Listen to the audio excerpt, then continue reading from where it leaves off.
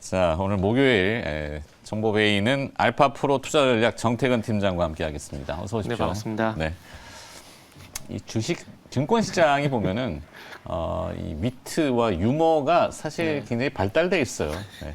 해학도 있고. 네. 다만 이제 너무 웃기게 하면은 돈 가지고 장난친다 그래서 싫어하시는데 그래서 적당한 정도만. 네. 자, 고장난 시계도 하루에 한 번은 맞는다고 합니다. 네. 주가가 반등을 했어요. 반등을 제법 했는데 네. 뭐 반등을 해도 좀 심드렁한 분위기고 어제 그래서 이제 장 끝나고 이제 짤이라고 하잖아요. 이렇게 짧은 뭐 영상 같은 것들 어찌나 그렇게 잘 만들어내는지 14대 0으로 지고 있다가 이제 1점 얻을 거예요. 환호하는 거죠. 자, 과연 이걸 이길 수 있을까? 이겨내도록 또 해야 되는데 앞선 수급 보면은 뭐 큰 특징이 있지는 않지만 일단은 게임주인 윈메이드가 회사가 상당히 적극적인 IR을 지금 하고 있잖아요. 네. 어떻게 좀 받아들여야 될까요? 지금의 이 코스닥 섹터 내에서 외국인 순매수도 그렇고 기관 순매수도 그렇고 공통점은 이제 모바일 게임, 2차 전지 이쪽으로 상당히 집중이 되고 있다는 건데 시장이 반등하는 국면에서 매수가 들어왔다라는 점을 보게 되면 회사의 어떤 성장성보다 퍼센테이지 측면에서 봤을 때 회사의 성장성보다는 아무래도 시장의 기술적 반등에 의한 매수라고 보는 게 좀 더 맞지 않을까라는 생각이 들거든요. 기술적 반등? 네네. 지금 외국인은 위메이드를 매수하고 코스닥은 펄어비스를 매수를 하고 그리고 지금 보신 바와 같이 뭐 기관 순매수 상의 LNF라든지 에코프로비엠 이런 종목들이 있는데 2차 전지. 네네. 있는데 결국엔 컨텐츠와 2차 전지거든요. 네. 근데 시장이 하락할 때 연관성은 없는데.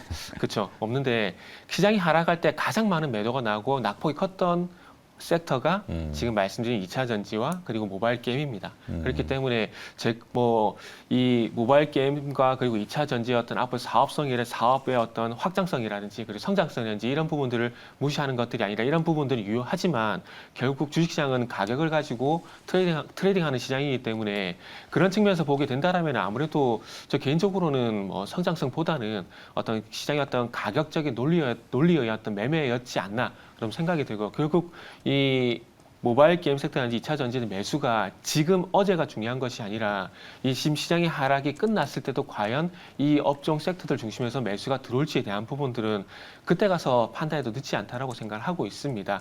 그리고 뭐 모바일 게임 같은 경우는 간단하게 뭐 말씀드리고 싶은 부분은 예전에 그 2012년에서 2014년으로 넘어가게 되면서 이게 게임이 잘 아시다시피 PC에서 이 모바일로 넘어가는 그런 시기가 있었거든요. 그래서 이 지금 모바일 게임 같은 경우는 그때와 마찬가지로 이제 모바일에서 NFT라든지 메타버스로 넘어가는 또 과정이라고 생각을 하고 있습니다. 그래서 이 2012년도 같은 경우에는 뭐 잘 아시겠지만은 2년 동안 이 애니팡이라든지 뭐 여러 가지 게임들이 많이 나왔었는데 결국 상위 게임들만 주도를 하는 그런 부분들이 있었는데 그러다 보니까 썬데이토스라든지 컴퓨터스 같은 기업들이 이끌었었는데 한 2년 정도 걸렸습니다.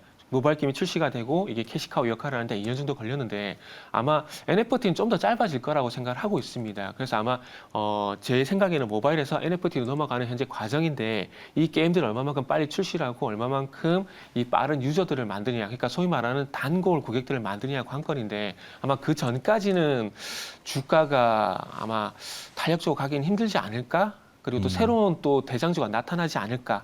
뭐 그런 말씀을 좀 드리고 싶네요. 네, 새로운 대장주가 그렇죠. 시세를 선도하는 기준점이 생기면은 이제 좀 추종하는 경향이 있으니까.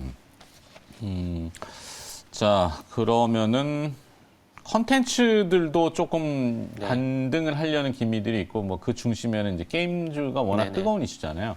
또 들어가면 또 뭐 NFT, 메타버스, 가상자산 또 뭐 많죠. 일일이 열거하려니까 힘드네. 근데 이제 뭐 어제 뉴욕에서는 그런 이슈가 좀 있긴 있었던 것 같아요. 이따가 제가 또 한번 하겠지만 뉴욕 증권거래소 NYSE가 NFT를 주식처럼 사고 팔 수 있는 거래소를 만들려고 한다. 뭐 그런 움직임들이 있다고 하더라고요. 그래서 그게 이제 우리한테도 영향을 좀 줄 수 있는지 물론 아직 가상 자산 시장에 큰 뭐 뚜렷한 동향이 있지는 않지만 게임이 워낙 그쪽하고 연관이 되어 있기 때문에. 그래서 그게 블록체인과 같이 갈지 아니면 따로 갈지가 좀 관건일 것 같습니다. 만약 블록체인과 같이 가게 되면은 좀 시기가 빨라질 것 같고요. 네. 그게 아니라면은 뭐 블록체인도 아직까지 솔직히 자리 잡았다라고 보기는 좀 힘들거든요. 그래서 그런 측면에서 아직 뭐 잘 아시겠지만 디지털 화폐, 그러니까 지금 각국 중앙은행들이 디지털 화폐에 대한 얘기도 하고 있는 상황이기 때문에 이게 완전히 자리를 안 잡은 상황이기 때문에 시간차를 두고 갈지 아니면 같이 갈지에 따라서 네. 아마 이 NFT 같은 경우도 뭐 이 제도권 안으로 들어오는 이게 좀 결정이 되지 않을까라는 생각이 좀 듭니다. 네. 그리고 이제 주식 시장이 좀 이렇게 안정을 찾고 리스크가 일단은 조금 덮이고 수면 네네. 아래로 내려가면은 다시 이야기되는 게 리오프닝 있잖아요. 네, 그렇죠. 오늘도 이제 그 뭐 확진자 수는 지금 이제 10만 명대 목전에 두고 있고 네. 반면에 이제 사회적 거리두기에 대해서도 완화를 논하고 있잖아요. 그러니까 공론화죠. 네. 딱 이렇게 하겠다 당국이 이제 무작정 가이드를 잡아갈 수는 없는 네네. 부분이잖아요. 전 세계적으로 그게 다 그렇게 돼가고 있으니까 네. 우리만 그런 게 아니라. 예. 그래서 리오프닝이라고 하는 다시 합시다 뭐 이런 네. 개념인데 그런 의미로 뭘 기업을 좀 풀어봐야 되나요? 기업도 풀어보고요. 그리고 제가 화요일 날 네. 결국 그 우크라이나 키는 독일이 가지고 있다고 그 얘기 말씀했잖아요. 맞아. 뭐 목요일에 좀 하신다고 네, 했으니까. TMI인데 그거 좀 네, 최대한 컨트리 리스크에 네. 대해서 다시 평가. 최대한 짧게 아니 좀 괜찮아요. 말씀드릴게요. 하시고 싶은 대로. 결국 독일이 키가 작고 있다고 말씀드렸는데 맞아. 예고하셨으니까. 네네. 근데 결국 제가 화면 하나만 좀 보시면서 말씀을 좀 드릴게요. 그 네네. 중앙일보 컨트리 리스크를 기사인데, 평가하는. 네네. 중앙일보 기사인데 결국 푸틴하고 그 숄츠 총리가 만났거든요. 그러니까 독일하고 러시아가 결국 만났습니다. 만나가지고 이렇게 회담이 있었는데, 너 테이블 간격이 뭐 4m다 이래가지고. 그래가지고 뭐 컬링하느냐 뭐 이런 얘기도 있었는데, 네. 딱 모양은 네. 그러네요. 그래서 이 기사에서 딱 한 가지만 보시면 됩니다. 뭐냐면 여기서 푸틴 대통령이 발트해 통과하는 러시아 그 노드스트림 2에 대해서 빨리 가동이 되길 원한다. 요 얘기를 했거든요. 네. 결국 요겁니다. 러시아가 지금 원하는 것은 요거라고 좀 봐야 될 것 같은데. 실이익을 챙기겠죠. 네네. 요거라고 봐야 되는데, 근데 이 키를 독일이 갖고 있다라고 좀 말씀드릴 수밖에 없는 부분들이 이게 얘기를 하게 되면 2014년까지 가야 되는데 거기까지 너무 길어지니까 결국 시작은 독일이 어찌 보면은 이 신재생 에너지 정책을 시작하게 되면서 이런 노이즈가 시작이 됐다라고 보시면 될 것 같아요. 네. 독일이 2022년까지 원전 17기를 해체를 하게 되면서 신재생 쪽으로 가게 되고 거기에 부족한 에너지를 어디서 공급받으려고 그러냐면은 러시아 쪽에서 천연가스로 공급받으려고 했었습니다. 그러다 보니까 이제 그 노드스트림 뭐 원도 있고 노던라이트도 있고 그다음에 이제 발틱 흑해로 통과하는 가스관도 있긴 하지만 그러니까 독일로 직접 가는 가스관이 없는 상황이기 때문에 지금 노드스트림 그 노던라이트 같은 경우는 폴란드라든지 이쪽으로 통과하기 때문에 통과하는 비용을 지불해야 돼요. 그렇기 때문에 독일 쪽으로 바로 이 가스가 공급이 되게 되면은 그 비용도 줄어들게 되고 부족한 천연가스도 공급받게 되면서 남는 가스를 또 수출할 수 있는 그러니까 일석이조 효과가 발생이 되는 거죠. 근데 여기에 태클을 건 게 누구냐면 트럼프입니다. 네. 그때 당시에 트럼프가 아시겠지만 화석연료에 대해서 상당히 긍정적인 우호적인 정책을 많이 냈었거든요. 그렇죠. 유전을 더 네. 파고 뭐 그렇죠. 네. 냈었는데 셰일가스, 셰일오일 이렇게 막 했죠. 예, 그렇죠. 그래가지고 이 미국의 항구에 있는 LNG 시설 같은 경우에는 수출이 아니라 수입에 특화된 이런 시설이라고 보시면 될 것 같아요. 그래서 이거를 개조를 해서 수출로 바꾸게 되면서 2020년부터 이게 수출할 수 있는 이 인프라가 거의 확보가 돼가는 상황이었었거든요. 네. 그러면서 근데 그 독일이 노드스트림 2를 만들게 되면서 이게 트럼프가 여기서 소위 속된 말로 빡치게 된 거죠. 그러면서 국방수권법 2020이라는 것을 발효를 하게 되면서 이 독일을 제재하려는 그런 흔들이 있었는데 그러다 보니까 독일이 또 미국 눈치를 안 볼 수가 또 없는 겁니다. 네. 그러다 보니까 노드스트림 2 건설을 딜레이 시키고 여기에 러시아가 화가 나게 되면서 이 오펙 회의에서 나가버리게 된 거죠. 나가버리면서 러시아가 독단적으로 이 본격적 증산에 나섰는데 그러면서 또 사우디가 좀 태클을 걸지 알았는데 사우디가 여기 동조를 해버린 겁니다. 왜냐하면 사우디 같은 경우는 유가가 10불까지 다운되더라도 버틸 수 있는 그 여력이 있어요. 그리고 네. 러시아 같은 경우는 한 40불 정도인데 아마 그때 당시에 러시아는 외화 잔고를 좀 믿은 것 같아요. 그래서 이 두 나라가 증산에 나서게 되면서 결국 터졌던 게 뭐냐면 2020년 4월 달에 유가가 마이너스로 가버리는 그런 사태까지 가버리게 된 거죠. 그렇죠. 근데 그러면서 중요한 건 뭐냐면 그러면서 거기서 가장 큰 타격을 받던 게 누구냐면 미국의 셰일가스 업체입니다. 네. 셰일가스 업체들 같은 경우는 잘 아시겠지만 소위 말하는 은행에서 파이낸스 방식으로 돈을 빌려와서 개발하는 방식이었기 때문에 유가가 마이너스로 가게 되면서 이 셰일가스에 돈을 빌려주는 이 은행들이 위기감을 느끼게 된 거죠. 그래서 뭐 프로젝트 파이낸싱처럼. 네, 프로젝트 파이낸싱처럼 그러니까 건설에 PF처럼 돈을 빌려줬었는데 이거를 회수를 해버리게 된 겁니다. 그러면서 이 유가의 해칭을 하지 않은 셰일가스 업체들 같은 경우에는 파산을 하게 된 거죠. 예. 그러니까 이 미국의 셰일가스 업체들이 이 시기에 2020년 이 시기에 상당히 많은 파산이 있었습니다. 그렇게 되다 보니까 파산하게 되다 보니까 이 상황을 보고 러시아와 사우디가 이때다 싶어서 이제 유가를 이제 올리는 그런 정책을 좀 바꿔버리게 된 거죠. 그러면서 또 러시아가 어떤 또 전략을 썼냐면은 그러면서 가스관을 잠궈버린 겁니다.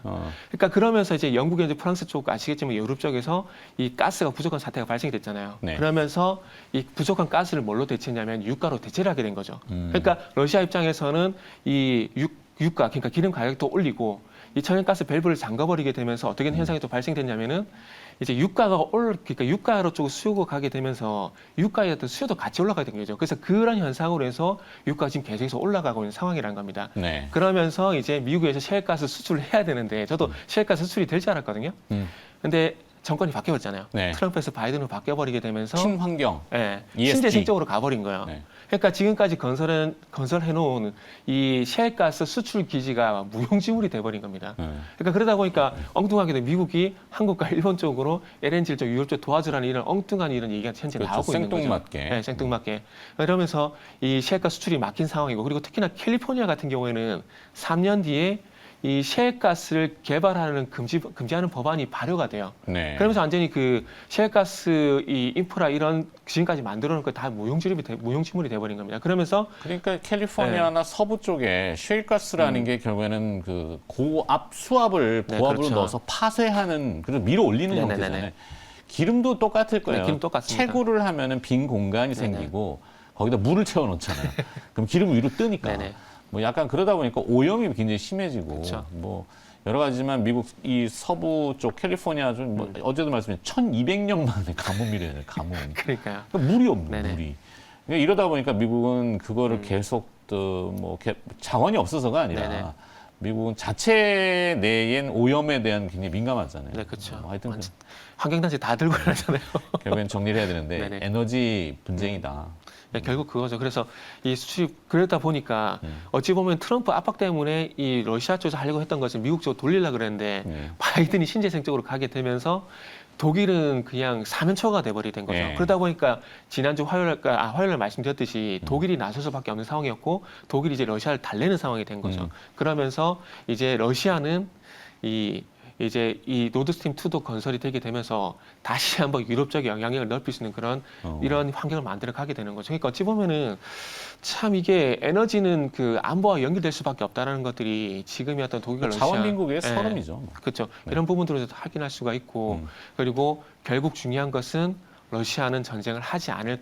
저도 러시아가 전쟁을 가능성이 높다라고 좀 말씀드렸었는데 이런 상황이 되게 되면은 전쟁을 가지 않는 상황 속에서 러시아가 원하는 것들 다 얻을 수 있는 상황이 되기 때문에 어찌 보면은 전쟁을 하지 않을 가능성이 이제는 할 가능성보다는 안 할 가능성이 좀 더 높아지지 않았을까. 한 발 뺐는데 뭐 여기서 또 다가서기는 그렇고. 그리고 뭐 푸틴 대통령이 KGB 출신이라고 하잖아요. 네, 맞아요. KGB 출신인데 속을 알 수가 없다고는 하지만 뭐 지금 그래서 미국이나 뭐 이런 유럽 쪽 나토에서도 검증이 필요하다. 네네네. 철군했는지. 그때 어제 영상 찍어가지고 네네. 올리기도 하고 뭐 보고 있으면은 뭐 하는지 모르겠는데. 근데 철군 안 할 겁니다. 어차피 크림반도 같은 크림 자치공화국이 들어오게 되면서 러시아하고 떨어지는 상황이거든요. 네. 그리고 가장 중요한 건 러시아가 전쟁할 돈이 없어요. 전쟁하는 순간 러시아 제국은 무너지는 거거든요. 경제가 또 네네. 그렇죠. 전쟁도 돈이 있어야 하는 거니까. 네네. 자, 그래서 모든 이 사태를 해결할 수 있는 것은 BTS다. 오늘 준비한 게 하이브잖아. 예. 방탄소년단이 네. 이 모든 걸 해결할 수 있는 겁니까? 그래서 방탄소년단이 군대를 가게 되면 상당히 또 어려워지게 되는 거죠. 이렇게 가면 안 되고. 자, 어쨌거나 대체 에너지에 대한 네네. 논의는 이런 사태를 겪으면서 유럽 쪽에서는 천연가스 뭐 뿐만이 아니라 이제 그러니까 원전 얘기도 사실 나오기도 하지만 네네. 핵 융합이라든지 뭐 뭐랄까요 수소 경제 이런 것들은 우리도 지향하는 바잖아요. 네네. 뭐 원전은 좀 다른 차원이긴 합니다만 그럼 기업들이 뭐 있을까? 뭐 다원시스 같은 회사들 이런 데가 핵융합? 뭐 아이디어를 찾아갖고 우리 기업을 봐야 되니까 뭐 조그마한 시장에 뭐 사실은 별거 네네. 없지만 저는 SMR까지 생각하고 핵융합까지 생각을 못했거든요. 그래요? 네. 핵융합이 네. 뭐 어전 그 산팔로스라는 네네. 대북 그 위성 관측하는 데가 있잖아요. 네. 산팔로스의 기사를 보니까 내용을 보니까 북한이 지금 핵 분열이라고 하는 그 것도 있지만 그걸 거꾸로 뒤집어갖고 융합에 대한 것도 그들이 찾고 있다. 네네. 뭐 그런 기사를 본 것 같아요. 네. 아마 기술력이 많이 올라왔을 겁니다. 그렇겠죠. 네. 네. 자 이렇게 가면은 너무 길어지니까 네. 자 이 모든 걸 해결할 수 있는 우리 BTS, 네, 방탄 오빠들이 네. 돌아옵니까? 근데 웃기게도 이제 하이브가 BTS 의존도가 상당히 많이 떨어졌어요. 응? BTS에 대한 의존도가 많이 의존도가 떨어졌어요. 오케이. 네. 그래서 일단 앞에 얘기를 정리를 하자면 결국 그래서 이 사태 해결의 키는 독일이 가지고 있고 네. 어쨌든 러시아는 편안해졌다. 이렇게 오케이. 말씀드리면서 정리하겠습니다. 네. 자, 그래서 오늘 준비한 종목 하이브인데 일단은 그 NFT 얘기가 나오고 있는데 아마 이 NFT라면 이제 메타버스에 대한 부분들은 아마 모바일 쪽도 속도를 내겠지만은 그 속도만큼 이 엔터 쪽도 빨라질 가능성이 있다라는 점 말씀드리고 싶고 근데 그 이전에 하이브를 포함한 엔터사들의 성장 모멘텀은 오프라인 활동 재개 플러스 신사업이라고 좀 말씀드리겠습니다. 그리고 이 BTS에 대한 의존도가 많이 떨어졌다고 말씀드렸는데 4분기 앨범 판매량을 보게 되면 그 세븐틴이 213만 장, 그리고 엔하이픈이 130만 장이거든요. 그리고 네. 총 판매량이 477만 장인데 477만 장 중에서 세븐틴과 엔하이픈이 차지하는 비중이 350만 장이기 때문에 거의 한 70%가 지금 BTS를 제외한 아티스트에서 나오고 있는 상황입니다. 그렇기 때문에 앞으로도 물론 이 상징적인 어떤 아티스트는 BTS겠지만 앞으로는 이 의존도가 많이 떨어질 거라고 좀 봐지고요. 포트폴리오가 좀 다양해졌다는 네네, 거죠. 그렇죠. 그리고 이제 앞으로 주목을 해야 될 부분은 결국 오프라인 매출. 그 4분기 같은 경우는 앨범 수익이 1,100억인데 콘서트 매출이 383억밖에 안 돼요. 그러니까 앨범 물론 그 앞으로 아티스트들이 많이 나오겠죠. 앨범 판매량도 늘어나겠지만 이 앨범 판매량만 가지고는 의존도를 계속 높여가기에는 무리가 있다는 거죠. 그렇기 때문에 오프라인 활동도 좀 지속이 돼야 되는데 그렇기 때문에 이제 3월 달에 BTS가 서울 오프라인 공연, 그러니까 잠실 주 경기장에서 이제 공연을 시작을 하게 됩니다. 그로 인해서 이제부터 국내에도 오프라인 공연이 열리게 되고요. 근데 이 오프라인 공연 같은 경우 솔직히 캐시카우 역할을 봤을 때는 이 앨범 판매량이 뒤지는 부분이 분명히 있습니다. 그러나 오프라인을 통해서 굿즈 판매라든지 여타 신유 효과가 발생되는 부분들이 있기 때문에 이 오프라인 활동이 상당히 좀 반가운 부분이라 봐야 될 것 같고요. 그로 인해서 이 오프라인 공연 시작을 하게 되면서 그동안 조금 눌려있던, 그러니까 리오프닝에 의해서 눌려있던 이 심리가 조금 해소가 되게 되면서 하이바 같은 종목들이 앞으로는 주가 괜찮지 않을까. 특히나 SM이라든지 YG엔터 같은 경우는 2월이에요? 그래미 어워드가? 네, 그래미 어워드가 2월 달이고요. 그리고 3월 달에 이제 서울 공연 이렇게 BTS 일정이 이렇게 돼 있는 상황입니다. 네, 현재는. 네네. 그래서 이 오프라인 공연 재개 소식이 나오게 되면서 지금 SM과 YG엔터 같은 경우는 차트가 단기 추세는 좀 돌아선 상황이고요. 그리고 지금 하이버도 그 흐름 현재 따라가려고 하는 상황이기 때문에 뭐 이 결국에는 말씀드리고 싶은 부분은 오프라인 공연 활동 이 시기에 따라서 이 엔터주의 반등 속도는 빨라질 것인가 늘려질 것인가 이렇게 좀 보시면 좋을 것 같다는 말씀을 드리고 싶었습니다. 네. 하여튼 문화의 힘이 네네. 오히려 그 이번에 스포츠 경기를 보면서도 스포츠의 진정한 의미는 네네. 모든 이념을 뛰어넘을 수 있는 그쵸. 것들인데 조금 퇴색돼서 아쉽긴 합니다만 그래도 스포츠의 개념이 있고 문화도 그죠. 마찬가지죠. 화합의 장이잖아요. 화합의 장. 잘 잘. 풀었으면 좋겠습니다. 우리의 힘으로. 자, 하이브가 이벤트가 좀 다가오고 그리고 또 여러 가지 정황상 지금 시점이 딱 좋을 것 같다라고 네네. 얘기해 주셔서 잘 들었습니다. 네. 네. 알파프로 투자전략 정태근 팀장이었습니다. 고맙습니다. 네, 감사합니다.